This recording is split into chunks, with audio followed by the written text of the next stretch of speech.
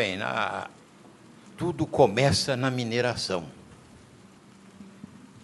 O Dr. Klink falou aí dos planos setoriais em andamento, e eu perguntaria ao Dr. Rinaldo Mancin, que é o diretor de Assuntos Ambientais do Instituto Brasileiro de Mineração, primeiro, como ele define a sustentabilidade na área da mineração e na inserção da mineração na economia, no social como um todo. E, segundo, nesses planos setoriais mencionados pelo Dr. Klink, o setor privado está participando ou está ouvindo? Boa tarde a todos. Doutor Altenfelder, obrigado pela pergunta. Agradecendo os organizadores do evento. É interessante, né? Os senhores estão me ouvindo porque existe mineração. Para fazer esse microfone funcionar, 40 minerais, no mínimo, são necessários. Para fazer aquela câmera funcionar, o sistema de transmissão, mais de 40, diria 50 minerais são necessários para funcionar. Essa água que eu estou tomando aqui do lado é uma água mineral, é mineração. Esse piso que está aqui é mineral, né? A verdade, doutor Rui Altenfelder, o brasileiro não sabe, mas o Brasil é uma potência mineral. Mal conhecemos o potencial da mineração brasileira. O setor é pujante hoje, perto aí de 5% do PIB é representado pela mineração brasileira, e, de longe, é o setor privado que mais está investindo na economia. 75 bilhões de dólares de investimentos nos próximos 5 anos. Investimentos aqui no Brasil. Então, nós estamos falando de um setor que está ganhando uma dimensão. Tudo isso com menos de 20% do território brasileiro devidamente mapeado. Essa é a realidade do nosso setor. E a mineração brasileira ocupa menos de 1% do território brasileiro.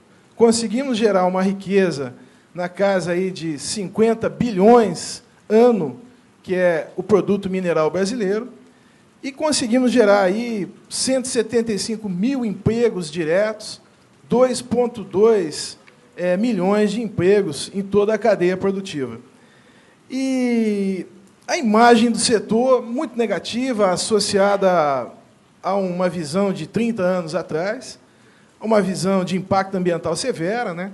Hoje, até um estudo que o IBAMA está lançando aqui na Rio+20, dia 18, no Pier Mauá, é um inventário da gestão ambiental no setor de mineração, de 92 a 2012, 20 anos, né, como evoluímos no setor mineral.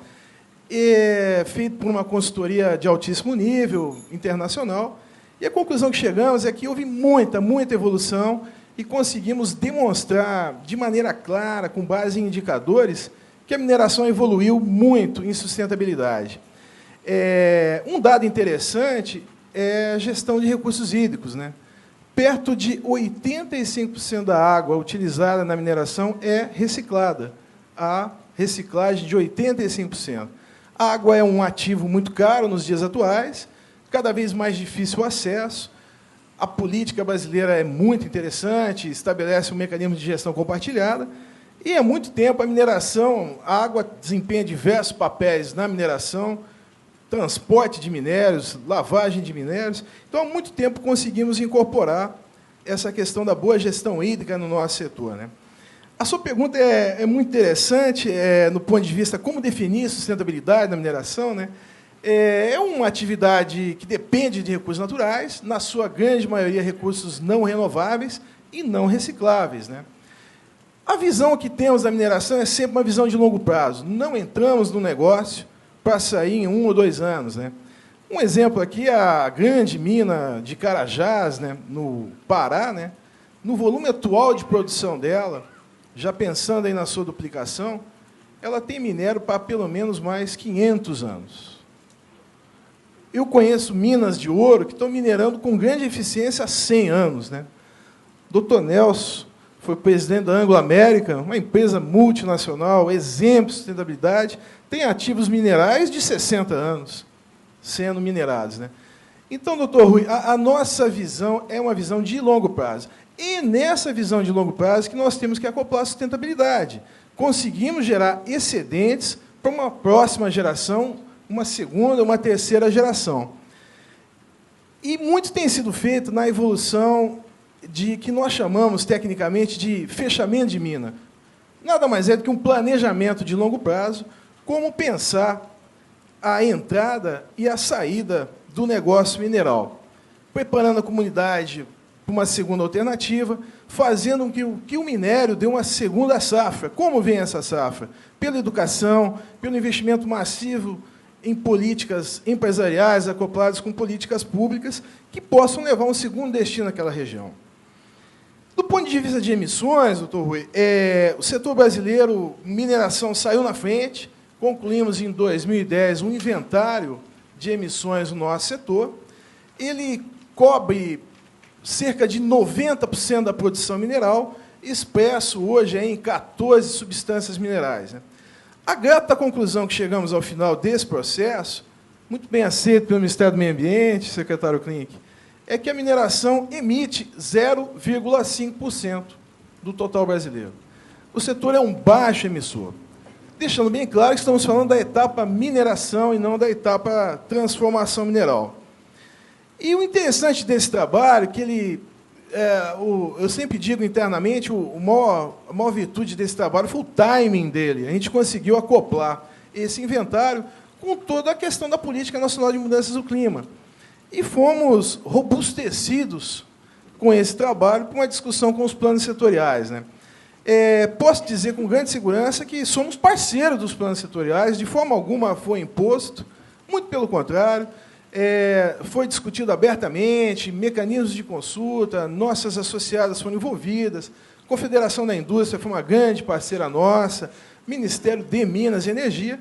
Então, nós conseguimos construir um plano extremamente moderno que aponta não para metas, mas aponta, sim, para potenciais de abatimentos. Chegamos a avaliar 70 iniciativas que poderiam ser acopladas ao setor para que produzisse abatimento nas emissões. Dessas, escolhemos 12 iniciativas perfeitamente factíveis, condicionadas algumas ao desenvolvimento tecnológico, algumas outras iniciativas condicionadas a políticas públicas. Mas, sim, o setor pode ainda melhorar. Apesar de ser um baixíssimo emissor, podemos ainda melhorar bastante. E o mais interessante, doutor Rui, falando de mudanças climáticas, novas tecnologias, eficiência energética, menos emissão, novamente, a mineração é a solução do problema, e não o problema em si. Qualquer das novas tecnologias que possamos falar aqui, painéis fotovoltaicos, veículos híbridos movidos a bateria, tudo isso demanda minerais. Minerais estratégicos, minerais de difícil obtenção. Uma da sua fala inicial falou da questão nuclear, Fukushima. Tudo isso é muito misterioso no Brasil, até porque é um monopólio estatal, né? Um lobby nosso é que a mineração possa atuar minerando minerais nucleares, nunca conseguimos evoluir, mas nós estamos falando de um futuro extremamente promissor, doutor Rui, da energia nuclear, nós não podemos esquecer. Há usinas nucleares de 4ª geração, teóricas algumas e outras práticas, extremamente promissoras, movidas a tório, elemento natural tório. O resultado disso é emissões zero em termos de CO2 e segurança total. Não há resíduos nessas usinas chamadas de 4ª geração. Ao mesmo tempo, um desafio falar de crescer a mineração no Brasil com apenas 20% do conhecimento geológico. Temos que crescer, o setor está recebendo muito investimento, mas temos que crescer com emissões decrescentes. É um duplo desafio, crescer e crescer com emissões decrescentes. Finalizando, doutor Rui, pegar nesse ponto que eu mais gosto, né, a mineração é a solução do problema. E estamos muito orgulhosos de estar participando com os senhores desse debate, e vamos ouvir falar de mineração enquanto toda a humanidade viver. A humanidade não vive sem minérios. É o nosso papel. Obrigado.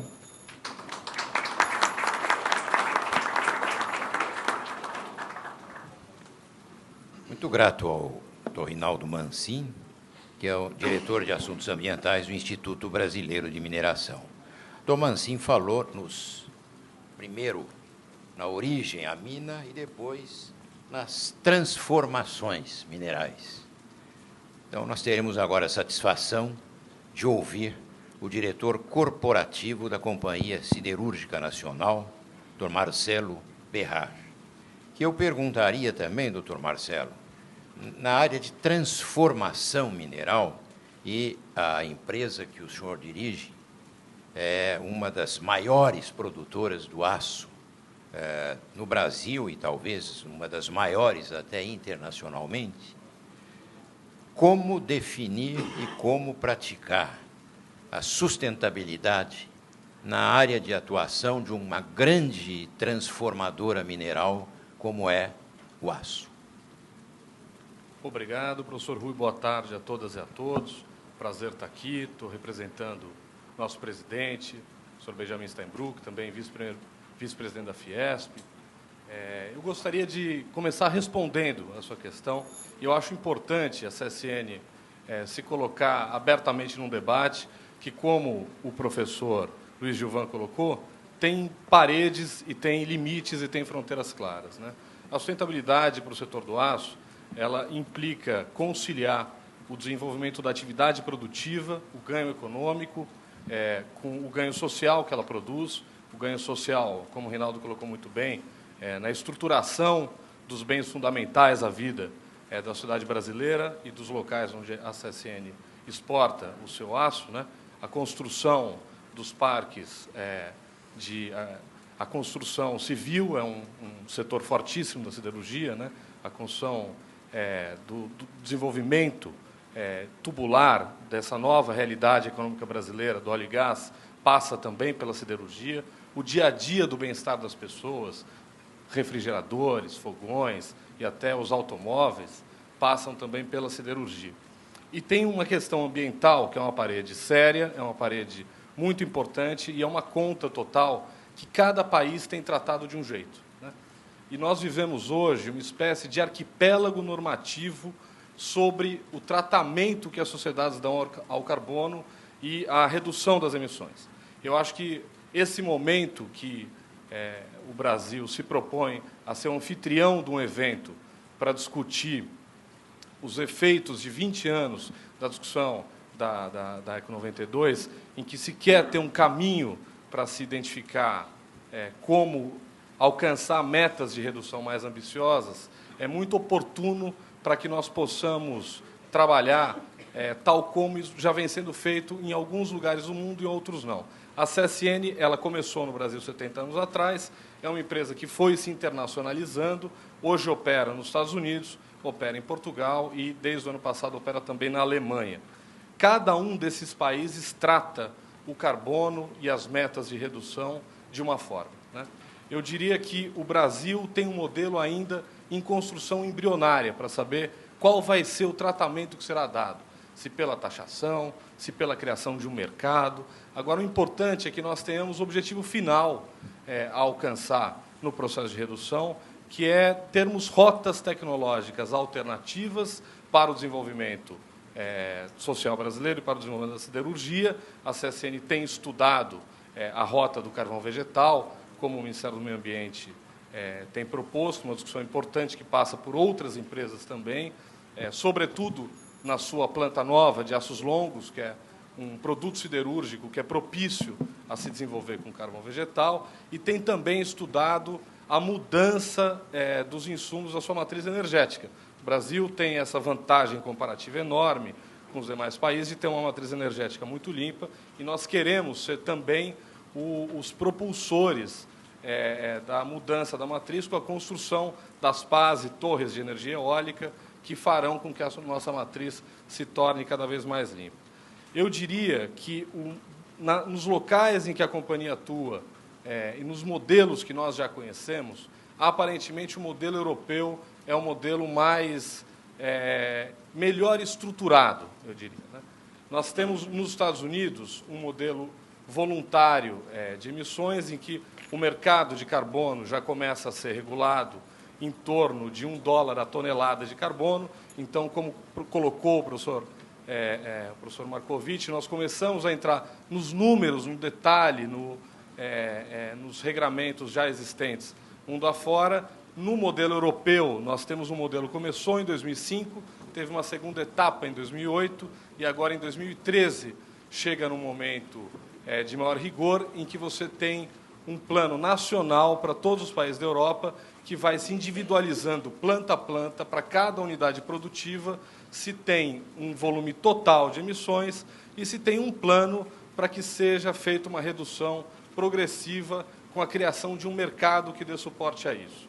O Brasil ainda está muito em razão, imagino, do modelo normativo adotado na Constituição de 88, ainda tem uma pluralidade de legislações que não conseguiu dar um enquadramento formal que o mundo vê como eficiente para se obter a redução das emissões dos gases de efeito estufa.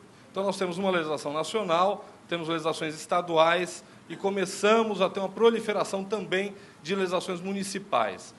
Eu diria que, do ponto de vista do agente econômico, do empreendedor, o debate é muito importante, é importante que os municípios e estados se posicionem, mas nos parece mais racional e eficiente a discussão de um modelo nacional que também considere cada unidade produtiva e cada centro de produção de carbono como uma unidade que possa ter um mercado que não seja um mercado punitivo e restritivo à competitividade dessa unidade com os demais setores da economia, mas que seja um mercado construído para permitir que essas rotas tecnológicas que garantam a redução das emissões possam ser desenvolvidas, porque as empresas de moto próprio não conseguirão juntar as experiências todas já reunidas mundo afora para fazer a migração de grandes modelos de alto forno para um modelo que permita a renúncia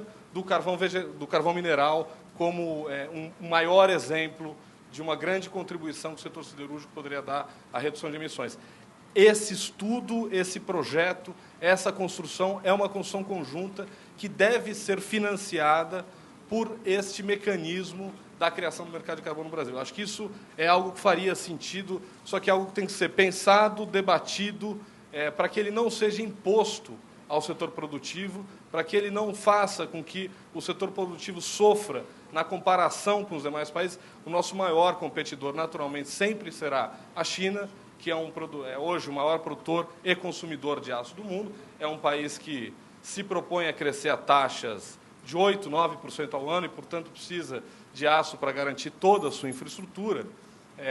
E, por outro lado, não tem qualquer regramento de ordem ambiental, não tem qualquer consideração sobre o arcabouço em que a atividade siderúrgica chinesa se insere. É uma atividade altamente emissora, com baixa tributação, salários muito baixos, o que faz com que o produto final deles seja também absolutamente competitivo. Então, o desafio da indústria hoje, eu diria, para concluir minha fala e para permitir avançarmos ao debate, seria a criação de uma equação que me parece complexa, mas execuível, que é considerarmos, de um lado, que no Brasil nós ainda temos um consumo de aço per capita, que é um dos indicadores do Índice de Desenvolvimento Humano, é um indicador muito importante, porque ele indica o quanto de construção está realizado no país, o quanto do parque escolar está construído, as cidades todas, em suas grandes áreas de mobilidade, como trens, metrô, etc.,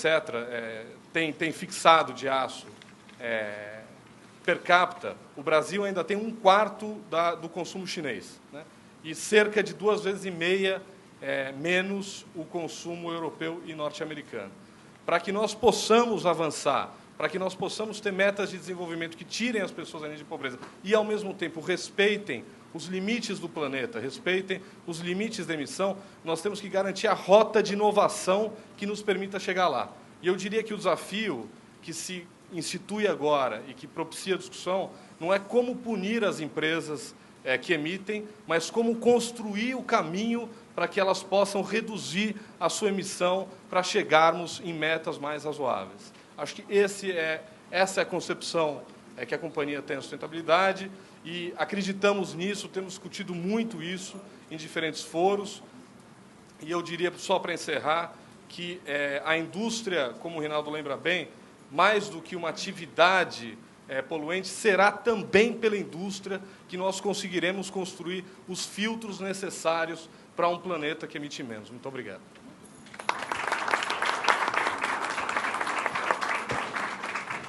Muito obrigado ao Marcelo Berrar, diretor corporativo da Companhia Siderúrgica Nacional.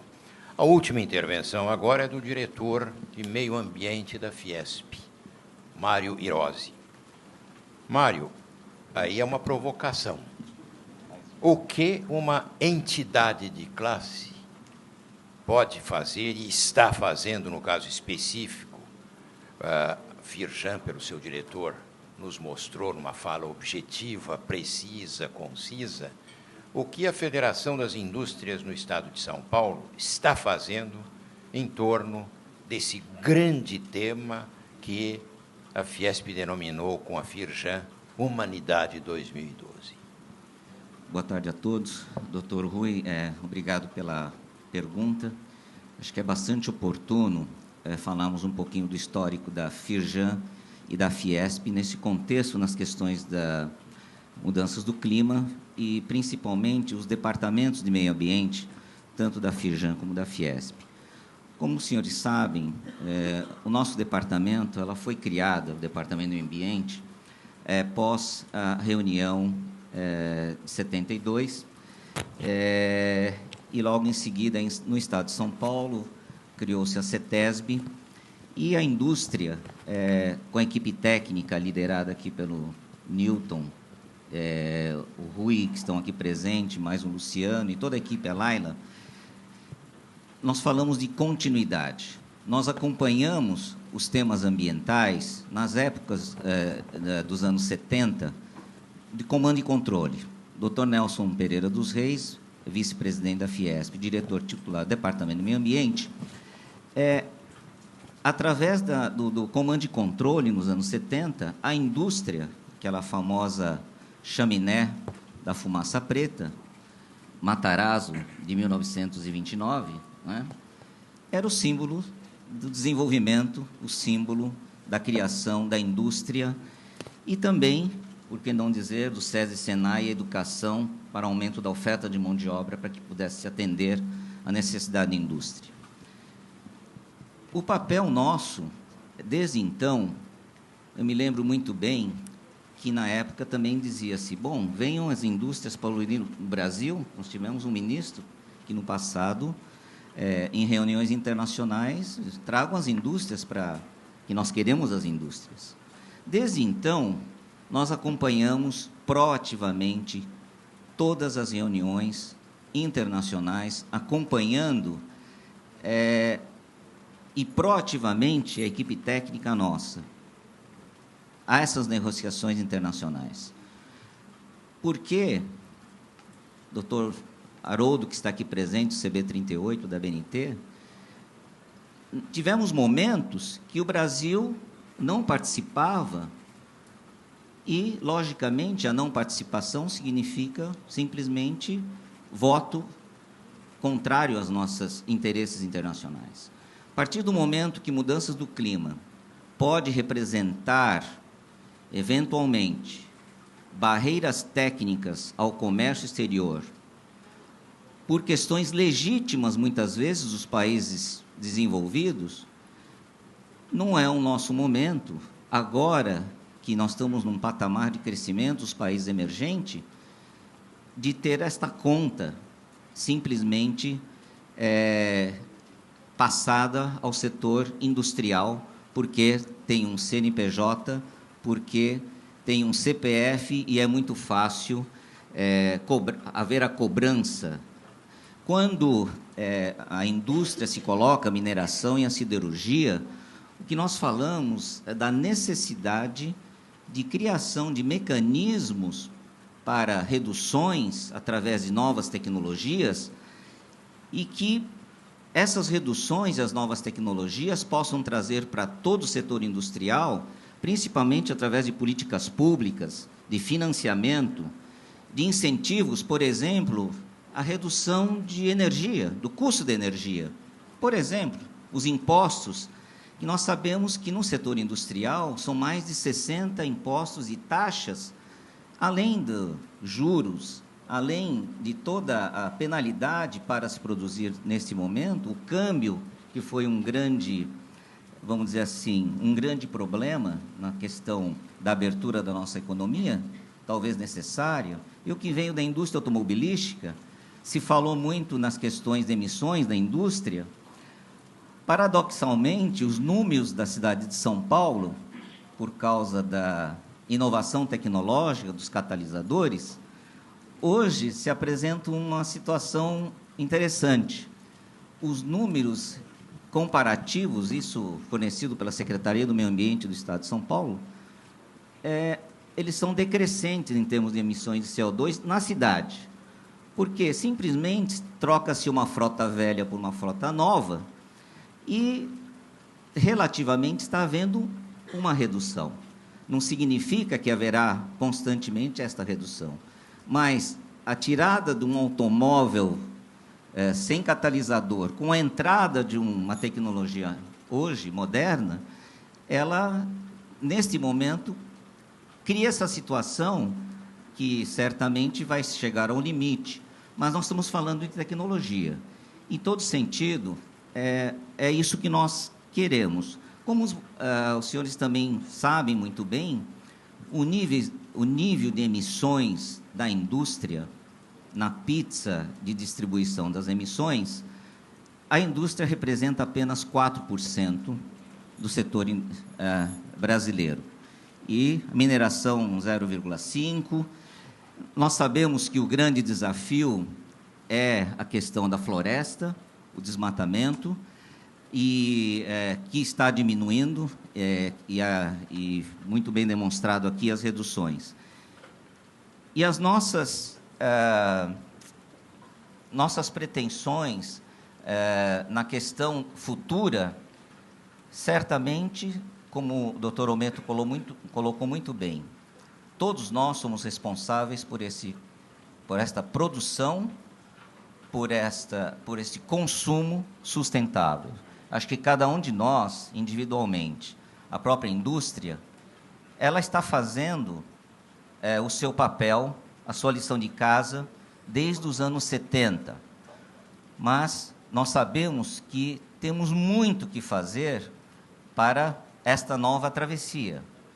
É uma questão de competitividade, uma questão de erradicação da pobreza, mas também, principalmente, geração de emprego.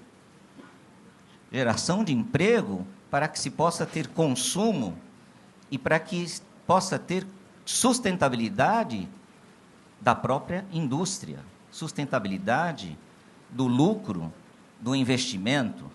E a questão hoje que se coloca é isso. O nosso papel é de predominância muito importante comparativamente com a China, mas o nosso papel como Firjan, como Fiesp, é ser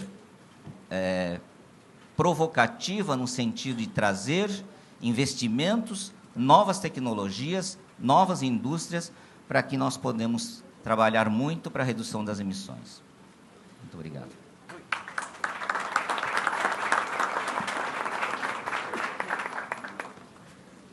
Muito bem, antes das perguntas da plateia, eu pediria ao professor Jacques Marcovitch. Eu tenho uma admiração muito grande pelo professor Marcovitch, evidentemente por todos os painelistas, mas por ter sido quase que um aluno permanente do professor Marcovitch. Ele tem uma qualidade invejável, a facilidade que ele tem de apreender tudo que numa mesa redonda, num painel como esse foi dito, e afunilar para uma feliz conclusão. Professor Marcovitch. Meu caro Rui, muito obrigado. Eu vou deixar a conclusão a ser feita pelo moderador dessa mesa, que é o próprio Dr. Rui. Eu quero mais registrar as 3 formas de abordar o tema nessa mesa. Eu quero me dirigir aos jovens das 3 gerações que estão presentes nessa sala.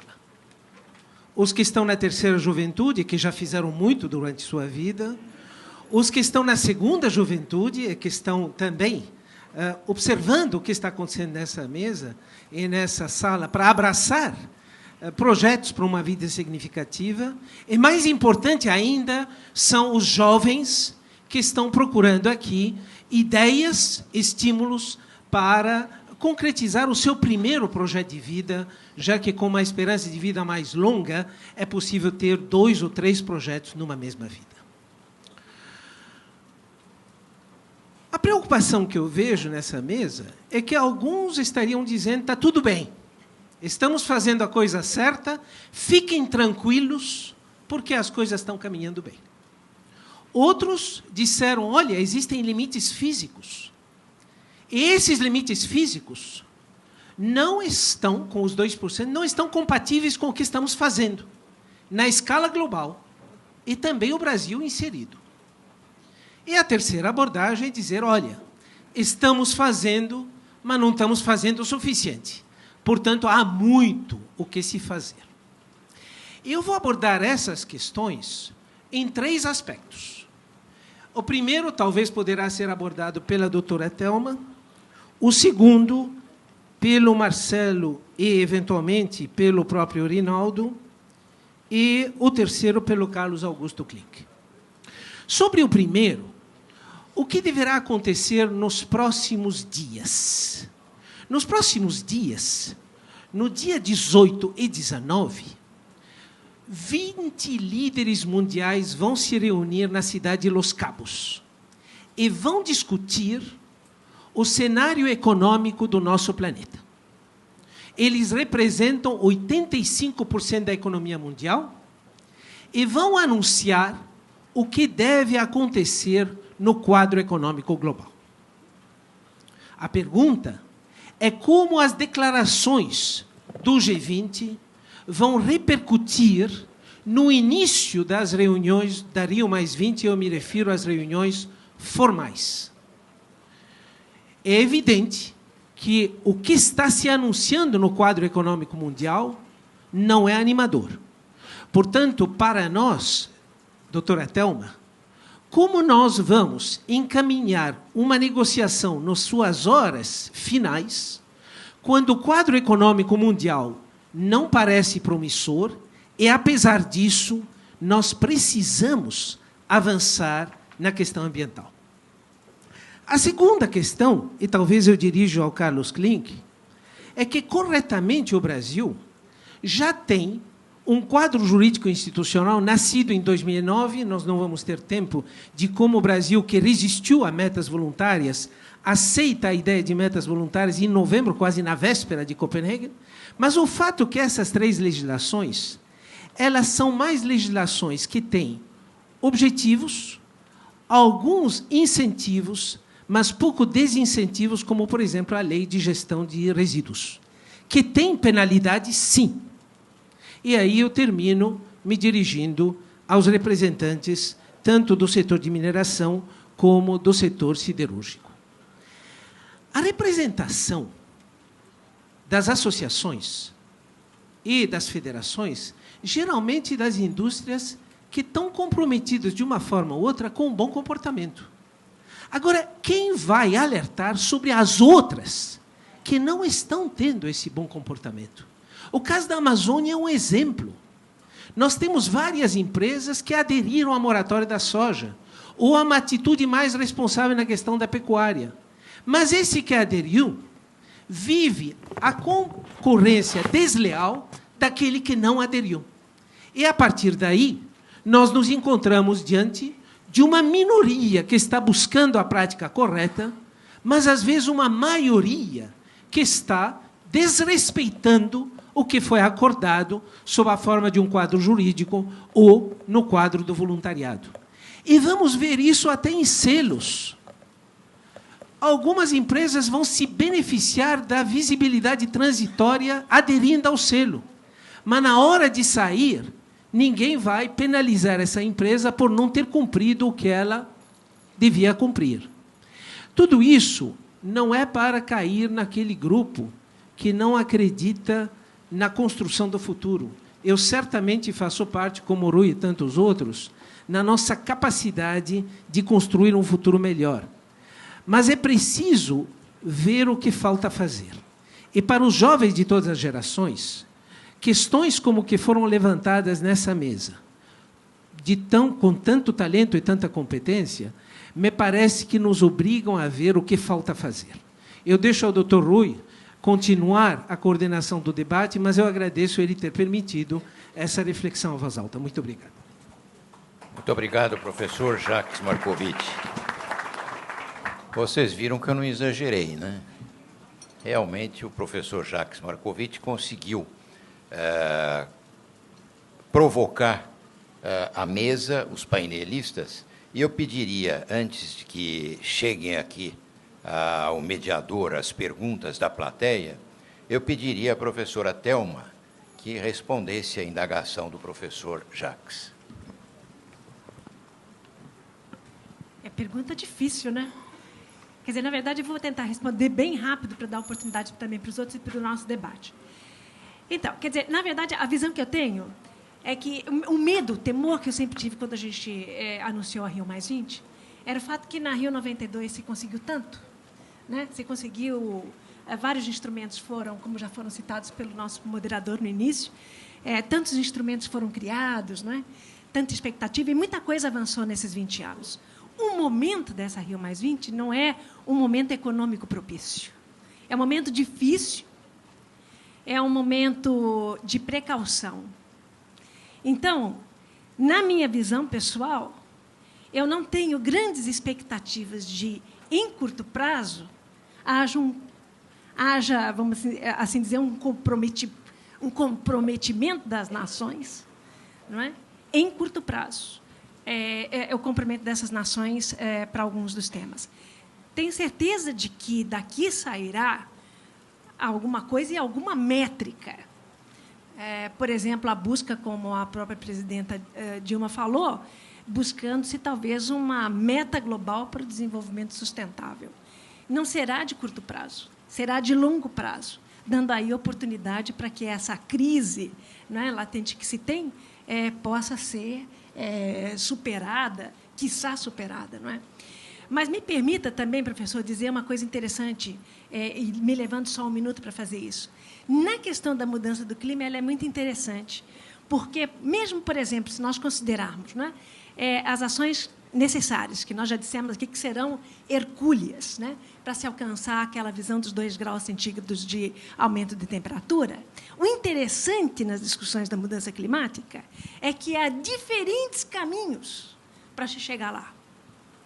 Então, não existe uma trilha única para se chegar nessa estabilização que nos levará a esses 2 graus centígrados. Então, existe uma flexibilidade. É claro que ela vai ser preocupante, porque ou você pode fazer bastante agora e depois ir aliviando, não é? Porque você também tem um tempo até quando você pode fazer essas reduções e até quando você pode atingir essa estabilização, ou você pode não fazer muito agora, possivelmente dentro de uma fase aí econômica crítica, mas depois acelerar enormemente as suas reduções de emissão e, quiçá, contando também com desenvolvimentos tecnológicos, uma outra harmonia, uma outra visão, como eu falei, de engajamento dos países, né, não só desenvolvidos, mas também com uma relação bastante intensa com os países em desenvolvimento.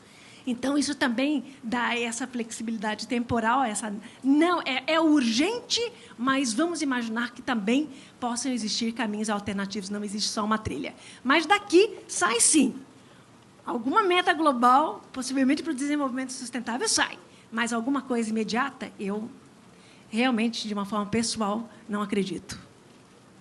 Obrigada. Dr. Klink, como responderia a essas indagações do professor Jacques? Muitíssimo obrigado novamente. Eu diria o seguinte, professor, para o painel, para o distinto público, professor Marcovitch. Eu tenho trabalhado nos últimos... Antes de entrar no governo, na verdade, eu entrei no governo faz 3 meses. Eu estou na secretaria. Eu tenho trabalhado muito com o setor privado, floresta, agronegócio, e nos últimos 3 anos estou trabalhando no Banco Mundial, o braço privado do Banco Mundial, setor financeiro, criando o programa Amazônia do Banco Mundial para o braço privado dele. Então, eu tenho olhado rodando o Cerrado, Amazônia, Caatinga, esse país como um todo. Há 8 anos, nós começamos um projeto no campo, onde a gente começou a desenvolver uma ideia, não eu, mas o trabalho daquela época, sobre uma coisa chamada, que hoje vai se tornar de grande porte, vamos chamar, cadastro ambiental rural. O cadastro ambiental rural, naquela época, custava R$ 8,00 por hectare, para fazer o cadastro ambiental rural de uma propriedade rural. Hoje, devido a uma série de trabalhos, ONGs, academia e setor privado, de vários portes, a gente consegue fazer cadastro ambiental rural por menos de 30 centavos o hectare. Nós temos hoje, a gente está juntando esses dados do Ministério do Meio Ambiente, nós temos hoje provavelmente cerca de 60 milhões de hectares em cadastro ambiental rural, já no sistema de 2 estados da Amazônia brasileira. É mais do que uma Espanha inteira, em poucos anos. Tá? E olhando para outros exemplos, quando eu vou para a Amazônia e vejo... Eu trabalhei também, no passado, um município chamado Paragominas, que era o líder de desmatamento nesse país. E se nós formos a Paragominas hoje e notarmos a revolução que está acontecendo em Paragominas, que era um grande desmatador, e hoje saiu da lista negra, entre aspas, do Ministério do Meio Ambiente, trouxe uma infinidade de inovação para o setor, que naquela época eram serrarias, hoje são empresas que têm governança, algumas pelo menos, governança corporativa, estão certificadas, estão mostrando exemplo, utilizando espécies naturais da Amazônia como seu produto, tá? Como matéria-prima para o seu produto final, usando cogeração, trazendo tecnologia, produzindo e trazendo tecnologia nova. Outro exemplo. Antes do nosso debate, estava acontecendo aqui na parte da manhã, eu peguei, infelizmente, só o final da parte da manhã, houve um debate sobre água, o tema água. E eu peguei apenas a última palestra, infelizmente, que foi um projeto, uma pequena empresa que hoje está crescendo sobre dessalinização. Todo esse debate que a gente teve aqui agora, trabalhando na questão dessalinização, com todas as dificuldades, políticas públicas, comando e controle, e hoje eles estão levando projetos, uma empresa com inovação tecnológica, dessalinização, para vários rincões do Brasil e fora do Brasil. Isso torna uma empresa sustentável, rentável, com tecnologia de ponta. E aí eu me dirijo, sim, professor, já que eu concordo totalmente com o senhor. Eu acho que a gente tem que estar olhando muito ao jovem. É desse modo que a gente está olhando. Eu não posso deixar de acreditar que temos... E o que falta, talvez, é contar um pouquinho uma narrativa melhor contada, contar melhor essa história. Existe muita história boa para ser contada no Brasil. Eu acho que é isso que a gente tem que trazer para dentro da Rio+20. Muito obrigado. Pergunto também ao representante da IBRAM e da Companhia Siderúrgica Nacional se também desejariam responder às ponderações do professor Marcovitch. E o doutor Gilvan também. Claro. Doutor Rui, combinei com o Marcelo, dividi meio a meio aqui a resposta daquela parte que o professor Marcovitch fala, é muito fácil pregar para os já convertidos, né? Mais ou menos isso que ele diz, né? E quem não está nem aí, quem não tem compromisso, né? Uma brincadeira minha, a religião católica demorou 400 anos para se estabelecer e mais uns 400 para chegar num estágio assim, de domínio global, né? A sustentabilidade demorou 20, 30 anos, né? É a religião mais dominante hoje no mundo, é a sustentabilidade. Esse discurso, para além dos aspectos físicos, para além da qualidade de vida, sustentabilidade hoje é política. Nós estamos falando de uma agenda política, uma agenda geopolítica entre países, né? De uma forma muito simples, né, o IBRAM hoje representa 200 empresas, 90% do PIB mineral, mas a mineração brasileira tem mais de 5.000 empresas. Aquelas que não aderirem, deixarem claro o seu comprometimento com sustentabilidade, com valores, simplesmente vão sair do mercado. Ou muito em breve, ou mediamente em breve, vão sair do mercado. O filtro hoje é o consumidor, o filtro hoje é a sociedade. As empresas de maior porte negociam ações nas bolsas de valores. Há diversas mineradoras, inclusive muito bem ranqueadas em termos de sustentabilidade. Hoje, o investidor decide se vai colocar o seu recurso numa empresa comprometida com a sustentabilidade. Ele tem esse poder de opção. Então, eu acredito que é um mantra irreversível. O mercado vai regular quem é bom, quem é mau, e quem é mau vai sair. Marcelo. Professor, muito oportuna, né, a colocação. Acho que, resumindo muito a pergunta, como fazer com que aqueles que não fazem corretamente, em termos ambientais, o seu processo produtivo, sejam punidos por isso. É uma pergunta que o utilitarismo responde bem, né? Cenoura e bastão, não tem jeito, né? Então, as empresas que fazem a sério, que são integradas, a CSN é uma empresa, por exemplo, cuja matriz energética é toda proveniente de suas 2 hidrelétricas, o minério é vindo de suas minas, não tem nenhuma árvore desmatada para a produção de carvão vegetal ilegal, não tem, tem um pacto contra isso assinado, é auditada com relação a essa matéria. Tudo isso torna o processo produtivo mais caro.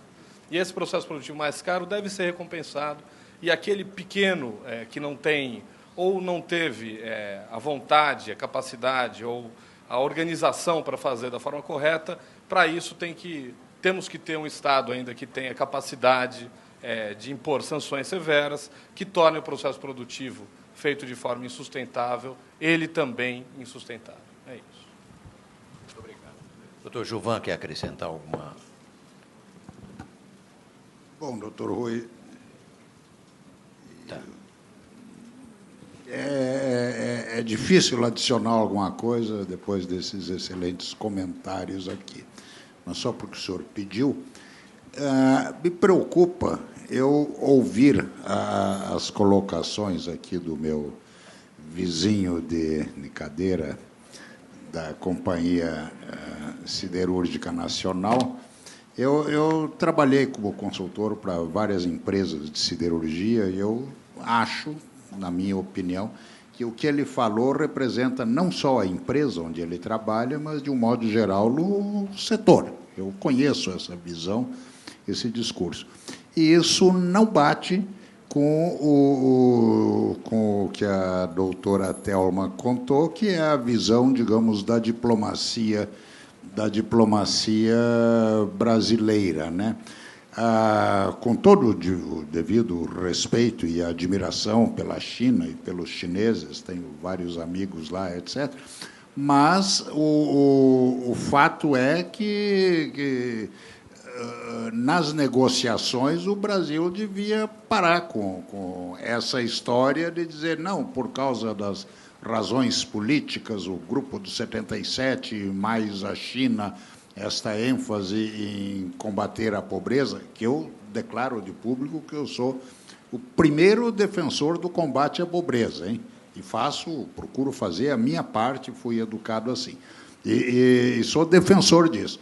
Agora, em nome disso, prejudicar, ou seja, evitar que a siderurgia brasileira, que por várias razões tem condições de ser competitiva mundialmente, seja porque pode usar a energia renovável, seja porque pode optar pelo uso do termorredutor renovável, ou seja, do carvão vegetal de árvores plantadas no Brasil. O Brasil a siderurgia brasileira tem condições de fazer isso.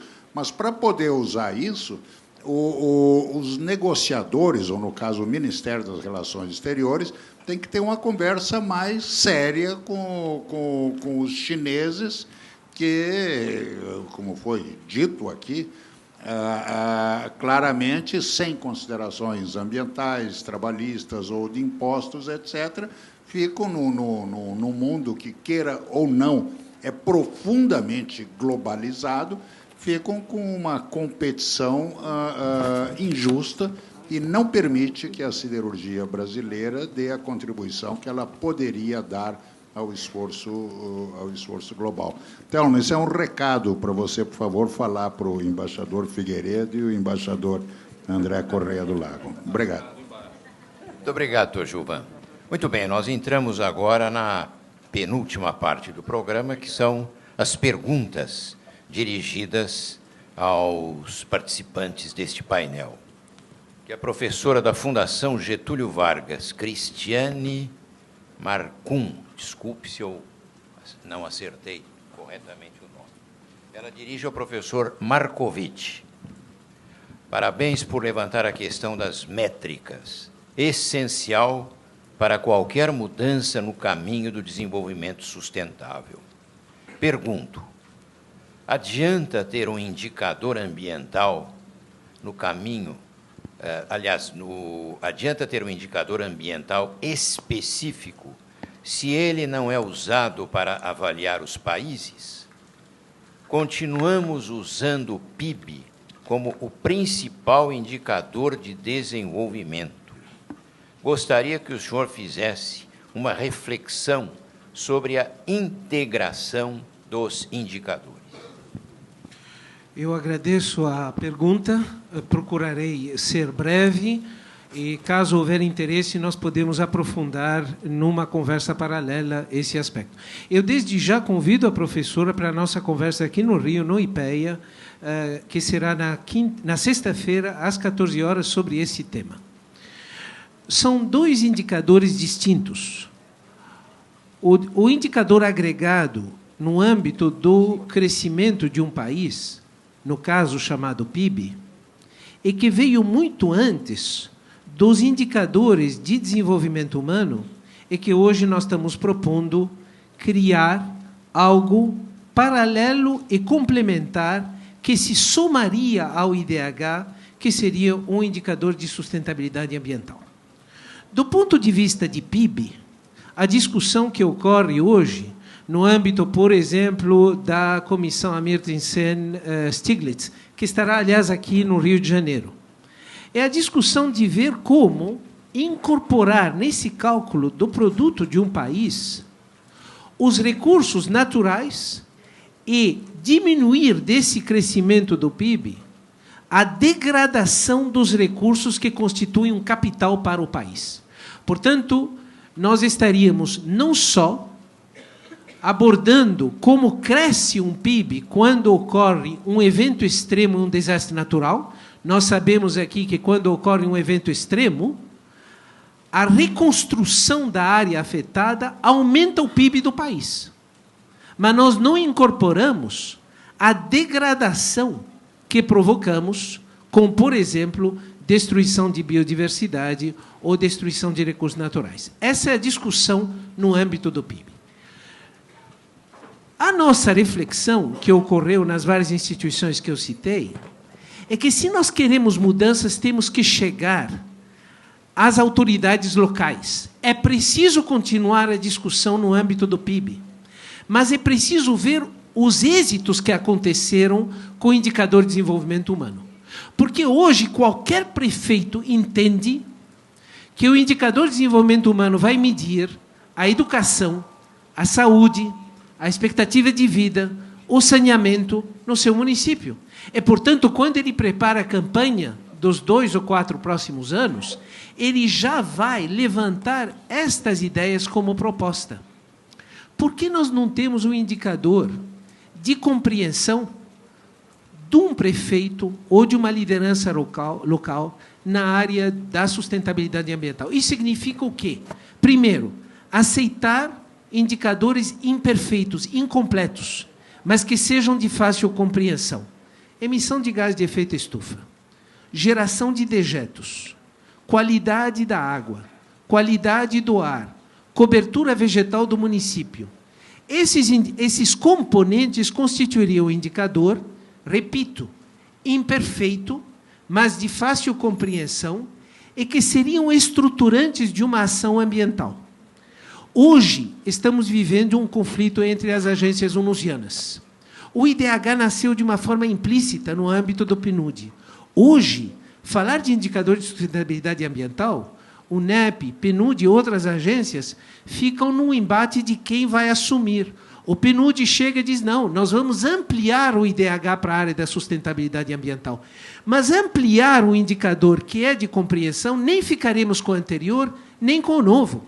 Daí a importância de manter esses dois indicadores separados, que, na sua soma, dão o indicador de sustentabilidade. Eu espero ter respondido à pergunta. Mas, já que eu não posso não usar da palavra depois, porque nós já estamos chegando num horário mais adiantado e há várias respostas, eu queria mencionar a exposição de hoje de manhã que eu assisti no Centro Cultural Banco do Brasil sobre a Amazônia. Vai de encontro ao que o Klink mencionou. É um mundo a ser abraçado, a ser respeitado, a ser cultivado, a ser entendido. Essa exposição, para aqueles que ficarão no Rio, merece ser visitada. E eu entendo que a nossa responsabilidade perante a Amazônia, eu acho que alguns já citaram isso, do ponto de vista da sustentabilidade, é absolutamente crítica. Muito obrigado, professor Jacques. Perguntas agora, são duas que eu vou dirigir ao Dr. Carlos Augusto Klink. A primeira, do empresário Sérgio Sintra,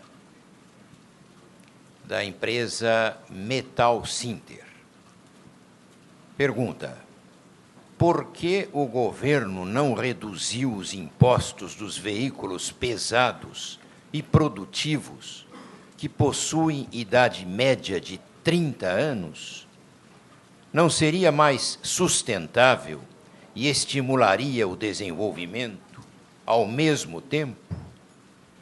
Por que também não há redução da carga tributária dos equipamentos que melhoram o meio ambiente, como estações de tratamento de água e efluentes, solares, fotovoltaicos, etc.?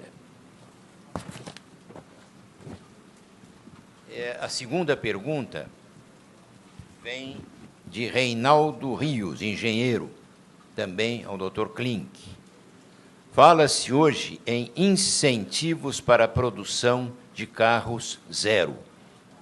Algumas indústrias apontam no mercado com os chamados carros elétricos ou híbridos. Qual seria o impacto na matriz energética do país de, a longo prazo, um incremento significativo na demanda por abastecimento desse tipo de carro, uma vez que existe grande expectativa de crescimento? Bom, as perguntas bastante específicas, não sei se eu sou a melhor pessoa para responder especificamente, mas eu vou tentar. Sobre redução de impostos de veículos, não sei dizer. Talvez essa pergunta tenha que ser dirigida ao Ministério da Fazenda. Porém, eu acho que o assunto reverte para a questão também de equipamentos eficientes. No Fundo Clima, que já está funcionando, no lado reembolsável, uma das grandes linhas que nós não, o comitê gestor, existe um comitê gestor que gerencia o Fundo Clima, privilegiou exatamente essa área, buscar equipamentos mais eficientes no Brasil. Vai resolver o problema? Evidentemente que não, mas a gente vai conseguir dar o sinal correto para o mercado. É esse caminho que a gente quer perseguir. Tá? Eu também não tenho números sobre a produção de carros elétricos. Nós estamos sendo procurados bastante por várias indústrias para, inclusive aqui na Rio +20, vários carros híbridos estarão rodando com a intenção de trazer esse aprendizado. Vários países, por exemplo, acredito que o Rio de Janeiro vai ser esse caso, a Olimpíada de Inverno do Canadá, a última, a penúltima, toda a frota pública, táxis, etc., foi transformada em carros híbridos. Tá? Eu concordo que há um peso forte aí na questão de impostos. Mas essa discussão, o fato da indústria estar interessada e estar mostrando que, olha, existe essa eficiência, ao menos provoca a discussão no nível público e com o setor privado sobre incentivos e impostos. O que nós podemos fazer, que nós temos feito, um papel que a Secretaria tem feito, é de provocar esse tipo de discussão noutras paragens dentro da esplanada do Ministério. Nós trazemos algumas das discussões, vamos à Fazenda, às vezes, inclusive, conjuntamente com o setor privado, esse tema pode ser importante. Redução de emissão de gases de efeito estufa, via, por exemplo, uma tecnologia inovadora que o Brasil pode se beneficiar. Muito obrigado. A primeira pergunta dirigida ao Dr. Klink também foi ao Mário Irosi. Então, eu peço ao Mário também que a responda. Sérgio, a questão dos caminhões, acho que é bastante interessante a sua colocação, por que não reduzir os impostos nos veículos pesados produtivos que possuem idade média mais de 30 anos. Né? Infelizmente, nós estamos numa fase de transição dos motores Euro 3 para Euro 5, né? Na questão das emissões de enxofre, né, Sigmund?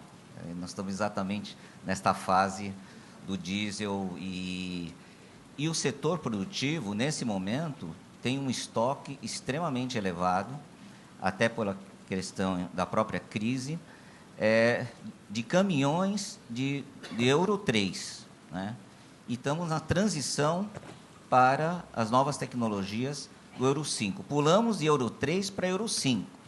Uma decisão passada, não passamos para Euro 4, foi uma decisão política do ministro Mink, me recordo muito bem dessa discussão, mas seria muito importante, mas não só o setor automotor, mas principalmente bens de capitais, né?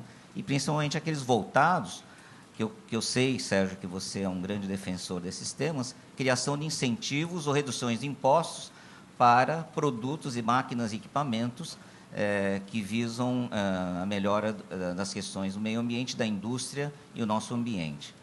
Então, essa é a questão hoje, na questão do setor de caminhões. Muito bom. A pergunta agora ao Dr. Gilvan.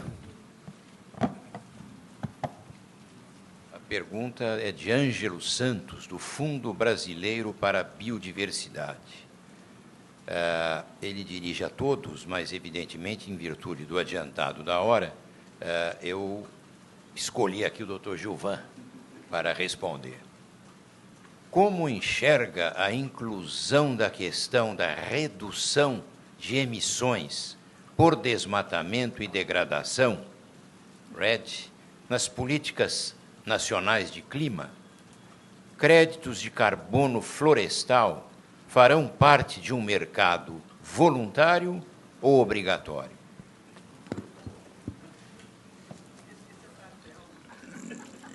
Eu peço vênia ao professor Marcovitch, que é economista, eu não sou. Então, por favor, me corrija quando eu falar bobagem, professor Marcovitch. Eu entendo que essa história de mercado de carbono é baseado na ideia de que o que gera valor é a escassez. No caso do mercado de carbono, uma escassez criada artificialmente por regulação, quer dizer, o sistema clássico é o sistema de cap and trade, que foi usado nos Estados Unidos para emissões de enxofre, e é usado na Europa com o nome de European Trading Scheme, para o caso de carbono. Ou seja, e isso é bom para todo mundo, porque o professor Ronald Coase demonstrou que o custo para a sociedade é menor se houver esse mercado de carbono, porque o mercado se encarrega de fazer com que a redução ocorra onde o seu custo marginal for mais baixo. Nessas condições, o RED, que é a sigla em inglês da redução de emissões por desflorestamento ou degradação florestal, ela faz sentido porque, em alguns casos, não é sempre, mas, em alguns casos, essa redução terá um custo marginal menor do que em outros.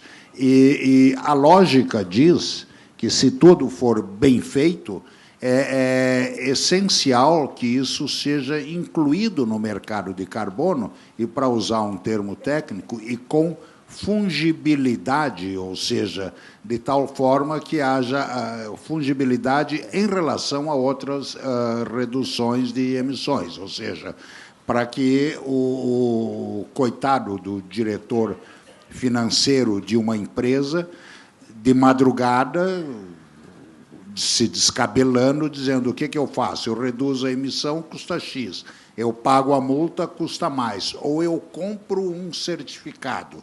Essa é a lógica do mercado de carbono. E que ele tenha a liberdade de comprar um certificado de RED ou de outro tipo de redução industrial por aí. E aí, e isso, se bem feito, é bom para todo mundo. tá? Inclusive para a sociedade como um todo. E eu espero que, na regulação de um mercado de carbono no Brasil, isso seja levado em conta. Obrigado. Pediria para a doutora Thelma também que falasse sobre esse mesmo tema. Então, Gilvan, depois nós vamos brigando para o aeroporto não sei quanto tempo. Espero que o trânsito esteja fluindo rapidamente, porque senão nós vamos brigar muito sobre isso. Não, de forma alguma. Mas, então, na verdade, essa questão do RED ela já está incluída na política pública porque ela faz parte... ela é a redução do desmatamento, tanto na Amazônia quanto no Cerrado, que já foram incluídos dentro daquela meta voluntária do Brasil. Né? Então, ela já está incluída de uma forma ou de outra. Né?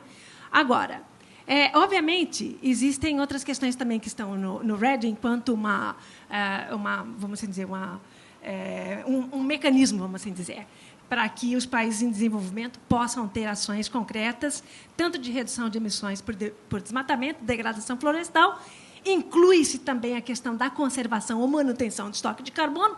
Essa, para mim, já é um pouco mais complicada, porque não necessariamente se vê de uma forma clara a contribuição na mitigação da conservação. Não que ela não seja importante, nós estamos falando de mitigação. Redução de emissões. Então, a não ser que se mostre, e não vai se conseguir demonstrar, porque isso é contrafactual. A não ser que você, de fato, esteja gerando, vamos assim dizer, créditos de carbono, como o pessoal fala, não é mesmo? Por uma coisa que você não vai conseguir demonstrar que aconteceria, eu acho que isso é meio complicado. Bom, mas, de qualquer forma, a questão é que se fala muito de que os investimentos necessários para RED, essa redução de emissões de desmatamento, degradação, conservação, para os países em desenvolvimento é extremamente custosa. Necessariamente vai exigir tanto a parte de financiamento público quanto privado. Né? Então, isso é uma lógica que a gente não vai deixar de existir. Agora, quando se fala de mercado, existem várias formas. Aqui já foram criadas algumas formas. Ou seja, você pode criar fundos para bancar o RED através de taxação, através de leilão. Você tem várias formas que você pode gerar, né, elementos que permitam que o RED possa ser financiado. O que existe ainda um debate, nas negociações está em aberto, é se o RED poderia se utilizar de um mercado de offsetting, como a gente diz, a exemplo do mecanismo de desenvolvimento limpo. Né? Essa é uma discussão que ainda está em aberto, tendo em vista, como é a colocação que o Brasil faz, que já que o esforço para se reduzir as emissões, para que se chegue aos 2 graus centígrados, é hercúleo, então que os esforços de redução do desmatamento pudessem ser adicional. E não simplesmente, o doutor Gilvan detesta que eu use essa palavra, que compense, vamos assim dizer, emissões realizadas em países desenvolvidos às custas de uma redução ou conservação, se for esse o caso, do estoque florestal em outros países em desenvolvimento. Então, essa é uma grande questão. Não se diz não a um mercado de carbono, mas se exclui algumas formas de mecanismo de mercado, a exemplo do offsetting, que seria o exemplo do mercado voluntário, talvez, e do MDL. Giovano, você não vai brigar comigo até lá. Professor Jacques Marcovitch, vou lhe dirigir a pergunta do Vicente Schmoll, da Petrobras. Quais os perfis possíveis de uma arquitetura financeira e de governança que permita uma transição para uma economia de menor emissão líquida de carbono a tempo de atingir a estabilidade da temperatura global em 2 graus, 1,5 graus, integrado ao conceito desenvolvimento sustentável? Bom, essa pergunta é para o Vicente Schmoll responder, porque ele é um estudioso, foi um grande parceiro quando nós estudamos a primeira geração de empresa que aderiu ao MDL, foi em 2006, quando a Rússia aderiu ao protocolo de Kyoto, por conveniência, numa negociação com a União Europeia para entrar na WTO. E, a partir daí, entrando em vigor o protocolo de Kyoto, nós começamos a conversar, o que levou a sua empresa, inclusive, a aderir ao Dow Jones Sustainability Index. A arquitetura financeira ela tem que se basear no que foi dito por colegas nossos de mesa. Ela deve sempre ter os incentivos e os desincentivos. Isso significa que, seja no âmbito nacional, dentro de umas metas globais, setorial ou empresarial, é preciso que os tomadores de decisões percebam o bônus da boa política de sustentabilidade e o ônus da não adoção dessa política.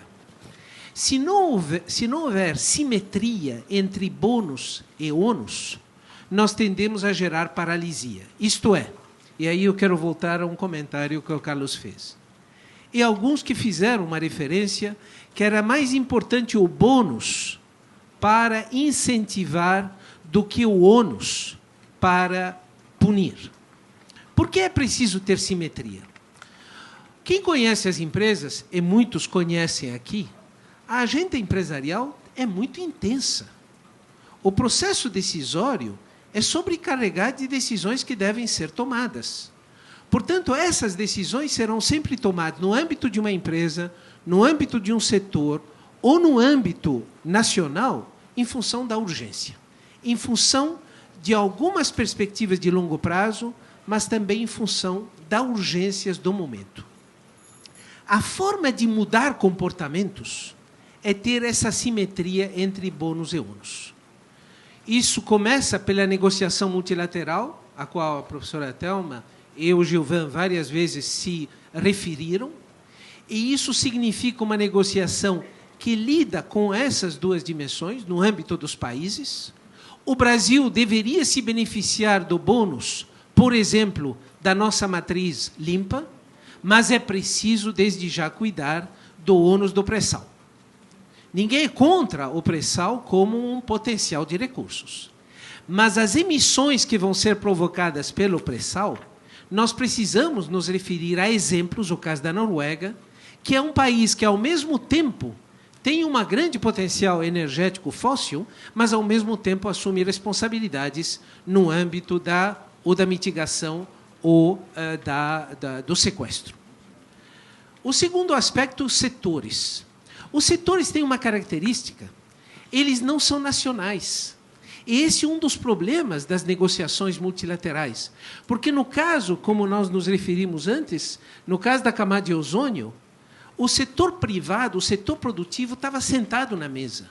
Hoje nós temos governos se reunindo, nacionais e setores globalizados. Empresas globais que atuam em vários países e, como no caso da etiquetagem, a mesma empresa usa a etiqueta num determinado país, mas não usa no Brasil, porque aqui é voluntário e lá é obrigatório. Portanto, a ação setorial também tem que ter seu ônus e seu bônus. E, finalmente, no âmbito das empresas, também a mesma coisa. Então, a resposta, de uma forma resumida, e alguns países aplicam isso. O caso da França, nós não vamos ter ainda tempo de detalhar, mas o uso, por exemplo, do bônus e ônus na compra de carros, o bônus é transferido, o ônus é transferido ao bom praticante. Então, quem compra um carro de baixa emissão vai pagar menos, e quem compra acima de uma determinada emissão vai pagar o ônus. E esse ônus, todo ano, é transferido para quem teve um comportamento mais correto. Essa forma de lidar, me parece que evita uma taxação unilateral que o Gilvan sublinhou, a importância de deixar os atores sociais assumindo posturas que mudem comportamento. Isso respondeu a tua pergunta? A indagação é do engenheiro eletricista Rinaldo Rios. Ele pede para que falemos um pouco sobre o que é realmente correto afirmar sobre a contribuição do aquecimento global gerado pelos gases do efeito estufa no derretimento das calotas polares e o que isso afeta em nosso dia a dia e as expectativas futuras. Pois não. Doutor Rui, o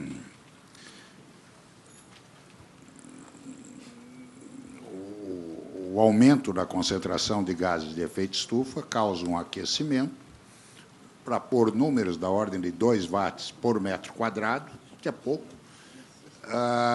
um aquecedor elétrico desses de radiação de 2 watts em cada metro quadrado. O problema é que ligado durante muitas décadas aí, ou muito tempo.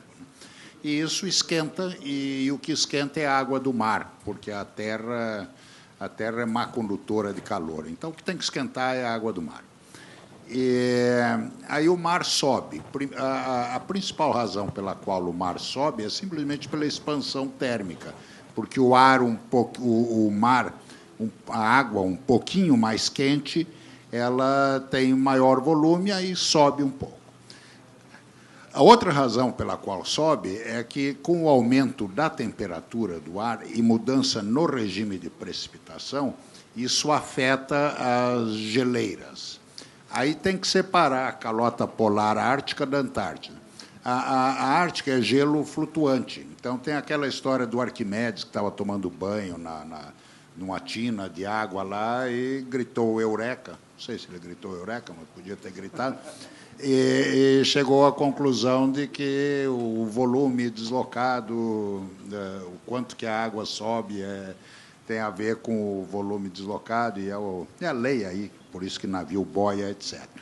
Então, em resumo, gelo que está boiando, se derreter, a água não sobe. Podem experimentar isso com um copo de uísque. Tá? O gelo derrete e o uísque fica ali igualzinho.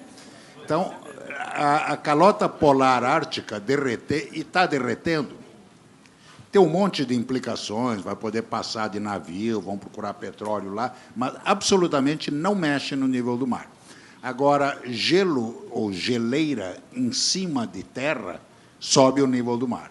As duas grandes geleiras são a Antártida e a Groenlândia. Mas tem umas vizinhas aqui, até em países tropicais, no Equador, nos Andes, etc. Então, isso aí, um bom número, mas não todas, as geleiras continentais estão diminuindo.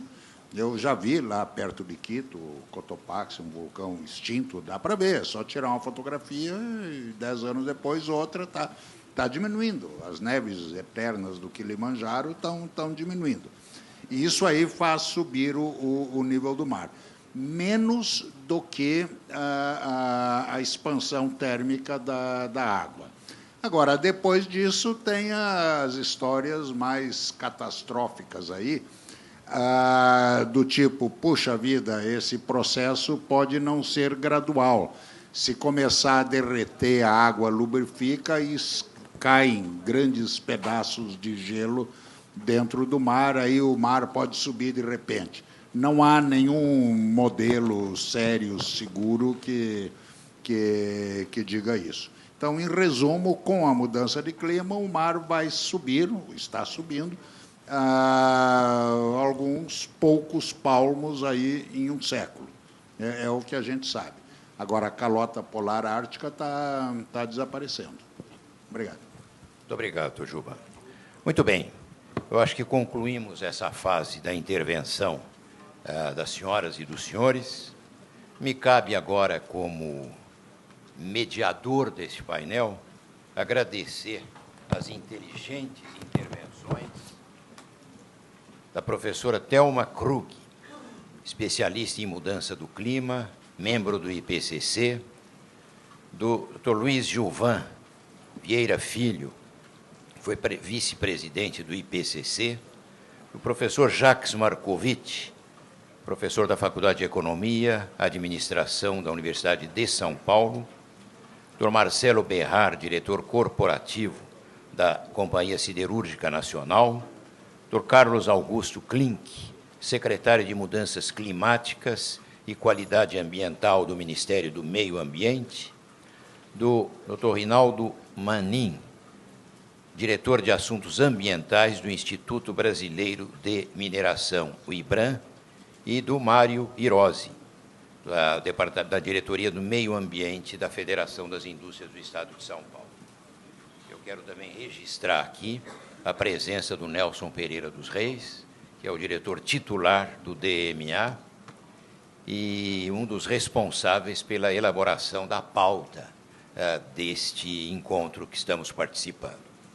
E, ao finalizar, eu gostaria de colocar para reflexão, como mediador deste painel, denominado Diálogo sobre Mudanças do Clima, primeiro, uma reflexão feita pelo embaixador Rubens Recupero. O embaixador Rubens Recupero, falando sobre a Amazônia e a Rio+20, faz uma proposta para a revitalização da cooperação amazônica, dizendo que a incontornável centralidade da Amazônia no processo das mudanças climáticas. Citação dele: se mais de 20 anos atrás o governo brasileiro não fugiu do problema amazônico, impõe-se agora seguir linha semelhante. Existe, ao menos, um tema estruturante capaz de unir todos numa luta comum.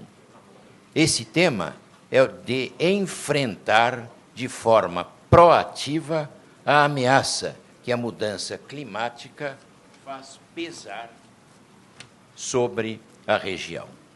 E, portanto, conclui o embaixador Recupero, nada melhor para aproveitar a oportunidade da Rio+20 do que demonstrar que o Tratado de Cooperação Amazônica de 1978 está mais vivo do que nunca na sintonia com as preocupações de toda a comunidade internacional.